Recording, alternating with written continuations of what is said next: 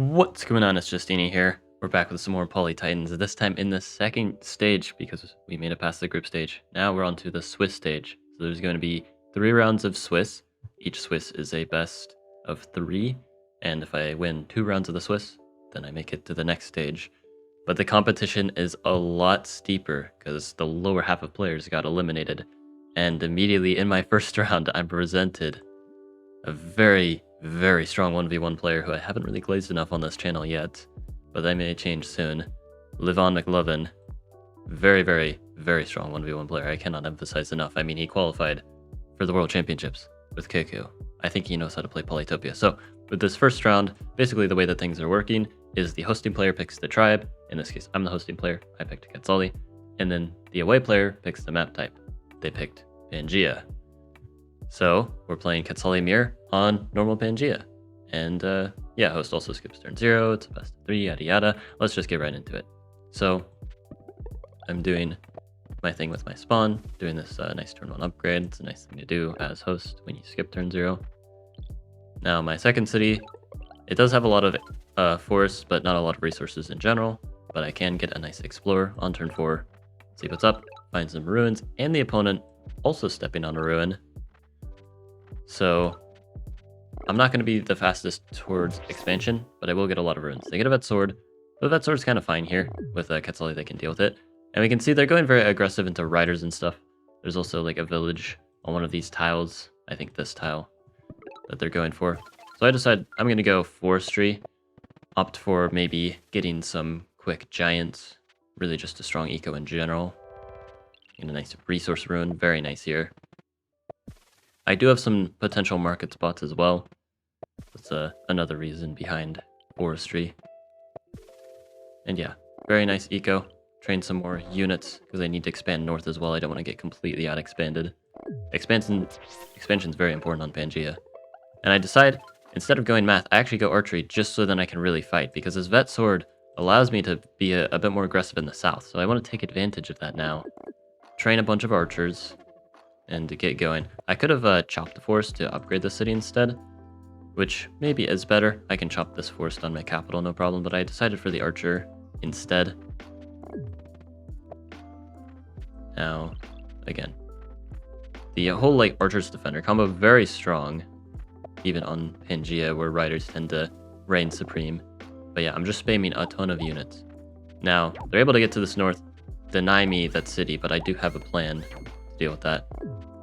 They also take out my defender, again, really fighting in the south. I go climbing, step on the ruin, step on this village as well. They have to use both the riders to knock me off again. I'm also really getting things done in the south once again. They do deny me the village. And they're doing really well in terms of expansion. They actually have enough cities for Grand Bazaar already. But now I can step the archer here and block not taking the ruin right away. So now I secure myself my 5th city in the north. And I'm stepping on 2 villages at once in the south. And it looks like they might not be able to stop me. And I'm actually going to be the one with the city advantage here.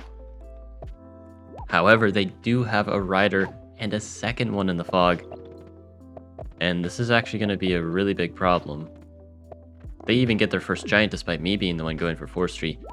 Getting a warrior and what I can only assume to be a rider in the fog in here, after I get a farming rune, which is literally useless here, I have to wonder if I can even hold this village. If I just capture what's stopping them from sieging and then taking the city. Now instead of gaining at least one of these cities, I really wanted this city in particular because there's a very nice level 4 sawmill, which would have been very nice. And I just get a really quick giant there anyway. But instead, I'm actually getting neither city. And this one mistake that Livan kind of flawlessly punished here is going to be pretty costly. An otherwise good position now turned pretty sour. I don't take the village because it's just not worth it. I'm just going to lose it immediately. They have to kill the sword anyway. Might as well take a rider before I go. I go math pre-cap. Just trying to make use of my lower city count by out-teching the opponent. Getting more economy. Getting some giants.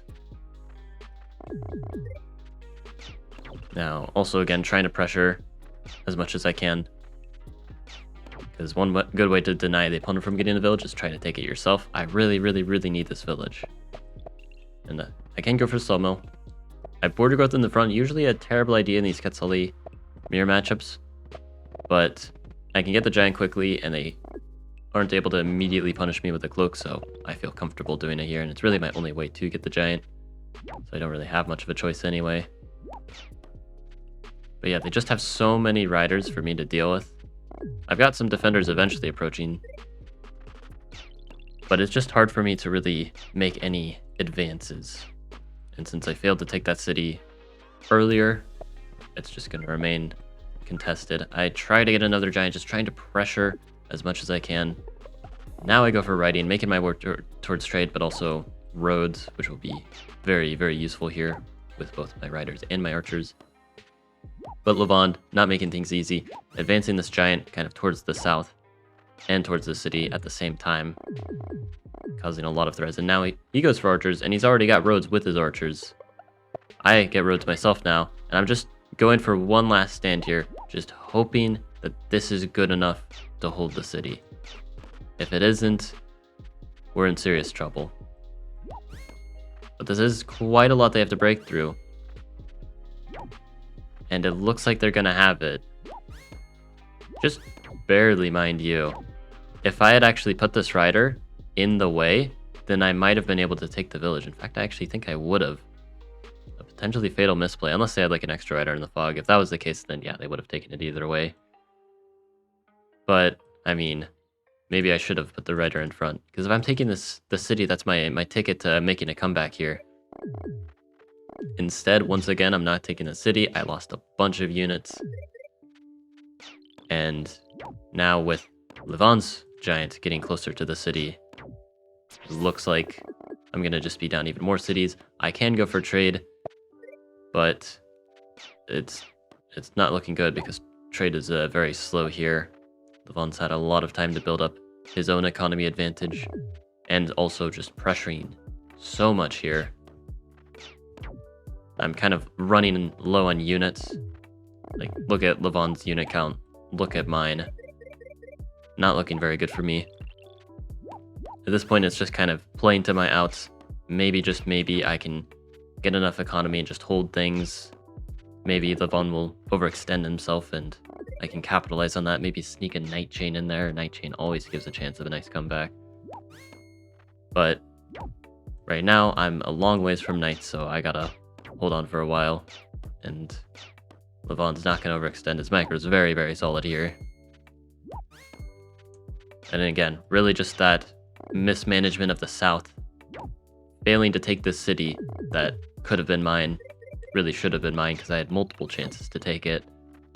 But instead, I have to fight this very, very unfavorable position. I did get math, yes, and now I can get my math market, but I only have one sawmill right now, and trade is so slow. Like, yeah. Math was definitely a questionable play, like when I got it. I could have gotten it much later, after I was assured this city. Then, you know, not only I could use those stars that I got to more easily take this city and pressure elsewhere, but then, you know, like, yeah, math just didn't get much value for me as well.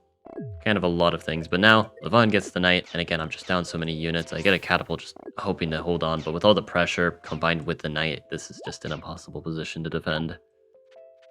I try my best, but even with all these defenders to try to protect against chains, unfortunately the defenders themselves make up a chain, and because he's archers, it's no problem to see the line here and just bash through all of my units, even not getting climbing to allow for that siege. So yeah, unfortunately game 1 is a loss for me. I definitely don't think it's a spawn loss. Definitely I got outplayed there, but a very interesting game nonetheless. Like, you can really see how important that management is, not getting too greedy with my expansion in the south. My hubris led to my downfall and whatever. But yeah, this is a best of 3, so I still have a chance to make the comeback. So let's go to the next match. All right, second game, and this time Livan picked Hoodrick, and not knowing what map to pick, I just decided let's go with good old lakes. That's what I'm most comfortable with. and it's really the only map besides, I guess, continents that I know how to play Hodrick with. And yeah, so this time not hosting, not skipping turn 0. I do have the option to bonus on turn 3, and looking at the spawn, I probably should have, but I don't know. I decided not to. The main reason, it was actually after this Explorer. This is what was the decision for me to stay in the game. I get this Explorer, I get some meeting stars, which is nice. I get the lighthouse, and I see that I can take the city if he walks towards it. And I decided to kind of play towards that, which in retrospect is a terrible idea because I'll kind of show what happens in the game. Like, I go for the archers, I go for the unit spam, and he does in fact walk towards the city. Pew pew. And yeah, sure enough, he actually walks with both warriors, and I am able to get exactly what I wanted. But I have to go Org instead of Forestry, because this city is terrible, and my expansion isn't great either, and we see turn 7 Sawmill from Livan. And even though I got what I wanted, I got this village, I stole it, he had to send 2 warriors, and he only takes out an archer in return, and I am able to assign kills, both of them to my warrior, in fact.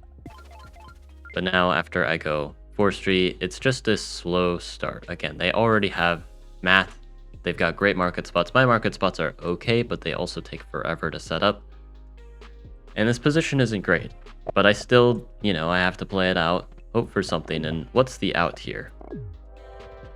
Well, I get a Star Ruin, and I can get some nice upgrading going.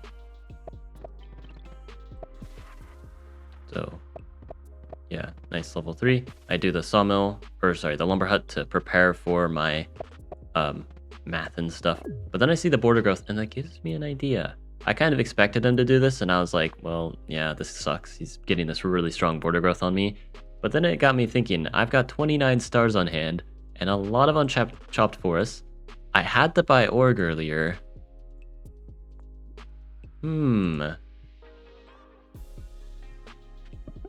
You know, see border growth, go cloak. I'm a simple man. I have to chop a lot, but I'm not really using those forests for math, so might as well go for the cloak, and he's not going to expect it. I can sneak the veteran warrior, and yeah, cloak time. I can get a very, very delicious cloak chain. And it's a good call because, yeah, if I did not go for cloaks and he just slams this level 11 market on turn 8, plus the border growth, which I cannot break through because the forest there, I would have just been toast. And then at any moment, he can expand this land advantage with the bridge and just ruin my life. So, cloaks were absolutely the right call here. But is it enough? Well, it's a lot of pressure, and he's not ready for it, because whoever expects cloaks in the Hodrick Mirror match, it's the last place you're expecting cloaks. But despite them being unusual and unexpected, they're still devastating nonetheless. But we do see Livan trying to hold his own. I go for the Vet Warrior Siege just to cause more issues. The archers pew-pewing. Another cloak. Now I go fishing. Send this cloak into the water to potentially cause more issues. Was this the best decision? Probably not, actually. I think one interesting idea, I don't have writing, but chivalry is an eventual goal. Or maybe I go for, like, sailing nav. I don't know. Or maybe I go math and get some catapult. Who knows? This cloak was, like, I think it's too slow here. But I thought it was an interesting idea. But we can see, holding on, but I am starting to stack up daggers and also siege this city. If I can keep this city, then I'm in great shape. But Livan does have riders thanks to the fact that he has trade. So this is not going to be easy by any means. Another upgrade there. Continuing the cloak chain. Upgrading this city up here, it's a 50-50 whether it goes the right way, but I was willing to take that gamble, because if it does go the right way, that's a high chance of a lighthouse. And getting an extra monument sounds great here. Now, it is unfortunate I only have one spot to cloak chain. But if I just take this city, then suddenly I'm stealing the strong market and kind of ruining Livan's whole setup. So everything hinges on the city. Actually, this is his capital. Wait, this is literally his capital. I didn't even realize that in the game. Yeah, if I take that city, it's a very big deal. Of course. Like, I should definitely be going more all in. Like, this cloak was definitely a mistake, because if I take this city, that's it. It's GG's. So just keep on pressuring. Now I go math. This was actually a mistake here, because the cloak pushes the wrong way. So yeah, that's not very good. And yeah, that actually stops my cloak chain. I go for Park of Fortune here just to get more stars, to get more initiative going. But it looks like Livan is just holding here. His defense is only getting stronger while my attack is actually diminishing. So it seems that my cloak attack is not going too well, and my other cloak arrives, but it only hits a level 3 city, and it's already too late, especially since he saw the cloak icon, so he was able to anticipate it. I am able to finally get a catapult up here, but again, it's just too little too late. Even though Livan doesn't even have knights yet, once he gets those, it's even easier to clean up. But yeah, it's just not ideal here.